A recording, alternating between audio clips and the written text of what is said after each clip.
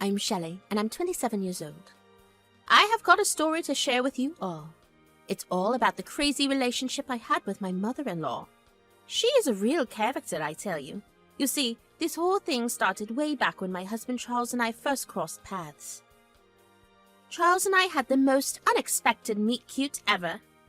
We were both shopping for the last box of cookies on a supermarket shelf, and our hands accidentally brushed. The chemistry was instant, but there was only one box left. We decided to share the cookies, and that's how our love story began, over a box of chocolate chip goodness. Speaking of careers, I graduated from college with an economics degree. I worked an office job under a boss who believed they were running a boot camp. Every day was a battle to make it by 5 p.m., but it was like an extra contribution from my side to pay the bills. Charles, on the other hand, had a job that allowed us to live not luxuriously, but comfortably. He worked as a brand consultant for a company, so you get the idea. Soon enough, we got married. Our wedding was beautiful, and it felt like a fairy tale. But little did I know what lay ahead with my mother-in-law, Meryl. My relationship with my mother-in-law, Meryl, well, it was not exactly a heartwarming one. Meryl, even though she retired from her role as a school principal, was this incredibly active social butterfly. She used to throw these fancy get-togethers at her place, like, all the time, inviting her club buddies and other pals. Meryl was very full of herself, extremely proud of who she was, and that high expectation for everyone. Especially me. She had separated from Charles's father, and she used to boast about how he left her because she excelled in her career. Charles used to be upset when he saw his mom speak like that about his dad because that obviously was not the case. It was because of Meryl's narcissistic personality that her husband left her. It was evident from her condescending way of speaking that she did not like me very much. Let me tell you back to this tea party she hosted for her book club. I was also newly married and wanted her to like me, so I accepted her invitation and went over.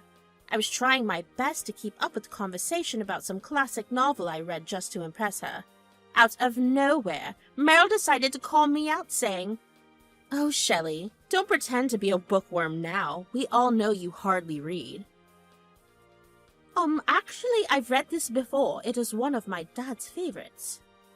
But isn't your dad, like, a construction worker? How can someone from that background even have a favorite book as sophisticated as that? And sometimes it was just comments criticizing my appearance. Shelley, you've gained weight, haven't you? You look like the Cookie Monster children are scared of. Or, you really should do something about that hair. You look like you woke up in a garbage dump. But all those little comments were nothing in front of how she reacted when I lost my job. It was honestly a total cringe-worthy situation. My boss, Ron, well, he had a major crush on me or something. It was like dealing with an overgrown teenager. One time, he asked me if I wanted to grab some after-work drinks, and I had to remind him, "Ron, remember, I'm a married woman." But it seemed like my words did not quite register with him. Then there was this awkward encounter at the water cooler. He invaded my personal space, tossing out weird comments. One day, Ron cornered me in his office. He had this creepy grin on his face and said, "Hey, Shelley, how about one last shot? If you come out for drinks with me tonight, and we get cozy, there might just be a promotion in it for you." He walked towards me and put his hand on my waist and squeezed it. I was done at that point. "Ron, you can't just touch me like that. It is completely inappropriate, and I've had enough. I'm quitting this job." "Oh, Shelley, you're overreacting. You are a pretty face, but this job isn't charity. You have to work for your promotions." "I work hard for my promotions, Ron, and I will not tolerate harassment. You are the reason I'm quitting." "Well, Shelley, if you leave, remember you will be the only one who's losing a great opportunity. You are not irreplaceable here. You will regret this decision." "No, Ron, I won't." "Suit yourself, Shelley." Back then, I was too afraid to speak up. I did not want to let anyone know what happened with Ron, my boss. I felt powerless, humiliated, and embarrassed by the situation. The last thing I wanted was to create a scene and have everyone at the office talking about it. So instead of taking action against him for how he had touched me and crossed the line, I kept it to myself. I thought it would be better to let it go, find a new job and move on. When I came home that day, I could not bring myself to tell Charles the whole truth. I just told him that I got fired. Charles, honey, I need to tell you something. I made a mistake and I lost my job. Oh, Shelley, I'm so sorry to hear that. What happened? Well, it's a long story, but the company had to downsize due to financial troubles. They had to let a few people go, including me. I don't blame them. I haven't been paying attention lately. I'm really sorry to hear that, Shelley, but it's not your fault. You will find another job soon.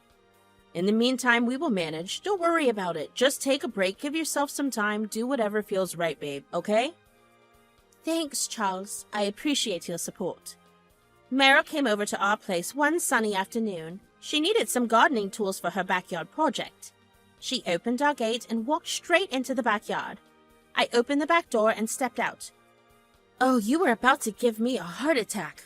What are you doing here, Meryl? I needed some gardening tools, so I figured I would just walk into the backyard and take some. I did not realize you were home. Well, okay, but usually people knock or ring the doorbell, you know. I did not feel like asking for permission as it's my son's house. And by the way, your garden is in shambles, dear. It has been a bit neglected lately. I have been busy with job applications. Job applications? Did something happen? Actually, I lost my job recently. I've been trying to find a new one. Oh my, you got fired? What happened? Well, Meryl, it's not that dramatic. The company was downsizing and my position was one of the cuts. How unfortunate. But I suppose these things happen when one is not careful with their career. I've been a dedicated employee. Sometimes downsizing is beyond anyone's control. Well, you are just an economics major, and you studied at a community college if I'm not wrong. You do not seem like college material anyway, so now that you're unemployed, can you take care of my dog Stormy while I'm out of town? I am sorry, but I have an interview tomorrow. Huh, just making excuses now. What else can I expect from you? Anyways, I'm running late. I will drop these tools later on. Okay, bye. Months passed by, and the job hunt was proving to be far more challenging than I had anticipated. The rejection emails and the interviews that led to nowhere started taking a toll on my confidence. Each time I thought about stepping back into the workforce, anxiety would creep in. A haunting reminder of my unpleasant experience with Ron. Fortunately, Charles did not pressure me at all. He reassured me that his job could provide for both of us and gave me the option to stay home for a while, which eased some of my worries. It was almost the end of the year, and the family could not make it to Thanksgiving at Meryl's place for some reason, so Meryl decided to go above and beyond for Christmas. Meryl was having dinner at our place discussing her Christmas plans when she said, "Shelley, I can't help but notice you've been eating so much lately. What's the matter, dear? You should try to lose some of that extra weight you have gained since, well, you know." Meryl, I have been watching my diet, that's all. Healthier choices and all that. Healthier choices? I suppose you have more time for those things now, don't you? Since you don't earn anymore. You can just munch away on Charles's hard-earned money. Come on, Mom, don't be so hard on Shelley. She has been through a lot lately, and she's working on finding a new job. Well, I hope you're not planning to send out presents to your family for Christmas, Shelley. You would not want to be spending Charles's money on them, would you? What bullshit is this? Shelley's family is important to us, Mom. I care about them, and I want to give them gifts. It's about showing love. If you say so. Anyway, I have got some good news. I've decided to book a cozy cabin for the family this weekend to celebrate Christmas. We missed out on Thanksgiving, and I thought it would be fun to have everyone together. That sounds like a great idea. I'm sure Shelley and I would love to join. We would be glad to come along. The idea of a family cabin getaway sounded refreshing, and I was eager for it. It was right before Christmas, and I had a surprise up my sleeve. I had been selected for a job I interviewed for, and I thought I would share the news during our family gathering to show Meryl I was no less. So, Charles and I drove down to the cabin the evening before Christmas. That night, the cabin was filled with family and laughter. Gavin, my brother-in-law, and his wife Alexandra joined us for Christmas dinner. They were planning to stay overnight at the cabin with Meryl, Charles, and me. The rest of the guests, including extended family and friends, were there for the family dinner. As soon as I walked into the cabin, Meryl pulled me in front of the crowd of guests. You see, everyone, I was telling you about the other kind of daughter-in-law I have. This is her, Shelley. Now look at Alexandria on the other side. She is working as a successful accountant, contributing to her household, and maintaining her independence. She has a great career and a bright future. And then there's Shelley, jobless, not contributing anything, just freeloading off my son Charles. Can you imagine? It's like night and day when you compare them. You don't have to say that. Shelley is a smart, educated woman as well. Oh dear, you don't know? Shelley has always been like that, trying so hard to impress me. She can't even keep a job. Got fired, and you know, she doesn't come from the best background. She is not the best homemaker either. Once she made this pasta and my stomach went bad. Well, I think I shouldn't be the topic of discussion. That is a real classy dress, Alexandra.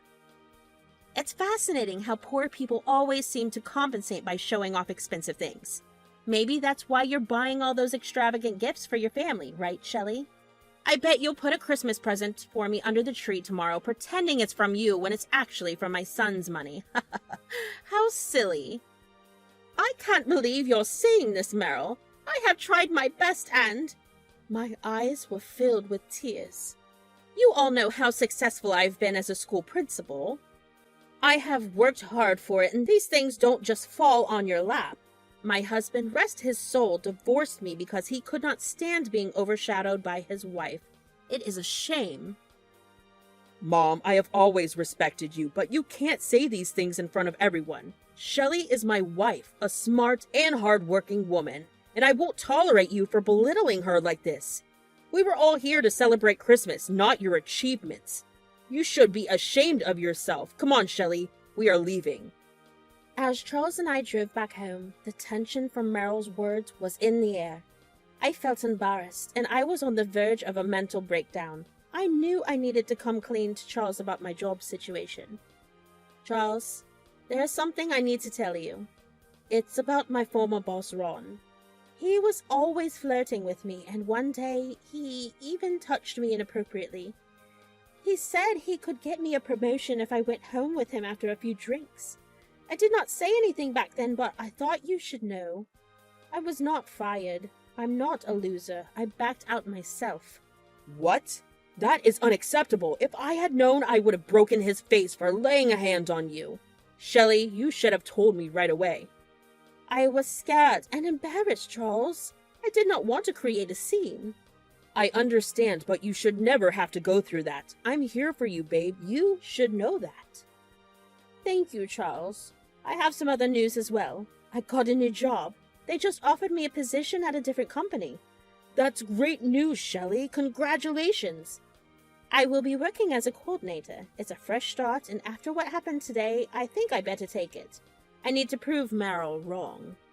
My mom crossed a line today. She didn't have a clue what you went through at work, and she insulted you like that in front of everyone? I think we have tried to ignore this for way too long. I know how to get back at her. What do you mean? Well, you might want to get prepared for this one. I could not believe what Charles had just told me. When Meryl was the school principal, she had stolen money intended for a charity cause that the students had raised. What was even more shocking was that Charles played a key role in this situation. He was smart with tech work, and it had caught his mom's eye, and she had asked his help to erase a recording that exposed her taking money from the fundraising box. He was just a high school student of around 17 at the time. He said he had no clue of what she was erasing because his mom never told him, so he made a copy of it for himself to watch later on. He said after watching it, he was ashamed of his mother, but he wanted to protect her, so he never told anyone. He did not delete the recording for some reason and kept it with him. The whole thing really caught me off guard. Charles's mom, who was a school principal, was supposed to take care of the school and the students. But the fact that she did something so wrong, stealing money that the students had raised. And there she was, making fun of my career while her own picture-perfect career was nothing but a cover-up of her stealing. You know, Shelley, my mom insulted you so much, and it's like she deserves some kind of payback for all the lies she told, and the way she has treated people throughout. She has become such a cruel human being. Why don't you text everyone in the family group and invite them over for New Year's Eve? It's time everyone knows the truth. I'm with you on this one, Charles. The New Year's party is on, I guess.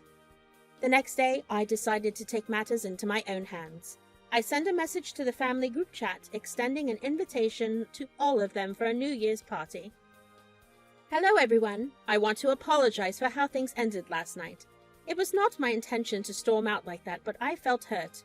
I'm hosting a big New Year's Eve bash at our place. I hope you can make it. I also decided to extend an invitation to some of Meryl's book club friends I have made acquaintances with. Then I decided to drop a personal message to Meryl. You must have read my message in the family group, but I wanted to send you a personal message to apologize for how things went the other night. You were right, and I overreacted. I need to work on myself and not let things affect me like that. I hope you can make it to our New Year's Eve party. It is going to be a big one, and I've invited all your friends and family as well. I'm glad you apologized. Everyone got awkward after you and Charles stormed out like that. I will be there. I could not believe how self-absorbed some people could be. Meryl had not even apologized to me, and she just accepted my apology like nothing happened. She was a real piece of work, that woman. But I did not want to focus on that anymore. I was busy getting everything set up for the party before New Year's Eve. I had decorations to hang, food to prepare, and drinks to chill. It was going to be a night to remember, and I was determined to make it a great one. It was finally the big day, and the party was in full swing. Friends and family had all arrived, including Meryl, who seemed to put on her best party face for the occasion. She just exchanged hellos and didn't even apologize to me. Everyone seemed to be having a good time. 15 minutes before the clock struck midnight, Charles gave me the signal and I gathered everyone together. Thank you for being here, everyone. My husband Charles would like to say a few words now. Hey, everyone. Thanks for showing up tonight. We are here to ring in a brand new year. The time to start fresh and all that, but guess what? I've got a little story for you all from the past. Okay, so a long while back, when I was in high school to be precise, a crazy thing went down. The way my mom Meryl spoke to Shelley on Christmas made me realize that people should take a good look at themselves before pointing out other people's faults out. You all know my mom was a principal up until a few years ago, right? A real do-gooder. See, my mom Meryl, the queen of talking about her noble career, was caught in a little, let us say, incident. So back when I was a teenager, she pulled me into her office, and you know what? She asked me to erase some security footage from a specific date. I was a curious kid, so I made a copy of that recording before hitting delete. And when I watched it later, imagine what I saw. There she was, my beloved mom. All right, Shelley, go ahead and hit the play button on the TV. I could see the shock and confusion on everyone's faces, especially Meryl's, who seemed to be struggling to find words. Charles, what is happening? You gotta wait and see, Mom. The old pixelated footage of Meryl stealing was playing on the TV. You can see my mom, dear Meryl, pocketing some money from the fundraising box for her own purposes. And hey, remember all those fancy stakeouts and tea parties she would be throwing for you all? It was no mystery where she got the money from. Mom, as a principal, you were meant to be an influential person, and this is how you behave? Meryl was staring at Charles, and she looked upset. I watched as the room fell into a stunned silence. It was as if the air had been sucked out, and no one quite knew how to react. Charles, how could you? We are in front of everyone. You are my own son, and you have decided to humiliate me like this all because of your wife's influence? This is absolutely unacceptable. This is not what it seems like for everyone. Charles must have misunderstood. The truth always comes to light. Should have thought about your own play-pretend career before making fun of mine. A whole month has passed by since that dramatic New Year's Eve party. Our lives have gone through a total U-turn. It is good to live when you don't have a mother-in-law constantly criticizing you. I took the job I was offered. It turned out to be a breath of fresh air. It is a place where I can learn, grow, and contribute without any of the harassment or creepy encounters just like I had in my previous job. We decided to cut ties with Meryl, just because we craved a drama-free life for our family. We were dodging her calls up until yesterday when she showed up at our door. Because of you, Shelley, all my friends and family have stopped talking to me. They even avoid me at the grocery stores. They kicked me out of the book and gardening clubs. It has become so embarrassing, and once the gardening club supplies went missing, and now they're suspecting me. Everyone is talking behind my back. No one wants to be around me anymore, not even my own son. Well, Meryl, maybe it is a good time for some self-reflection. I have been a school principal, Shelley, and I have done so much for the community. I can't believe Charles would expose my past like that for one mistake I made. You were a grown woman who was very well aware of what's right and what's wrong, and you still stole money. It does not count as a mistake. I did what I had to do. It is hard to maintain a social image. You wouldn't know. Then you should face the consequences. You could have not hidden it forever. Anyway, I would appreciate it if you would leave now. We don't want you around anymore, and anyway, I'm getting late for work. Work? You got a new job? Yes, I did. Karma always catches up to people, no matter if it's good karma or bad karma. Goodbye. Just because a woman has a good career does not give her the pass to insult a homemaker like that. Every role is important. Women should uplift each other. All I have to say to all of you is that do not be afraid to speak up to your bullies, even if it happens to be your own mother-in-law.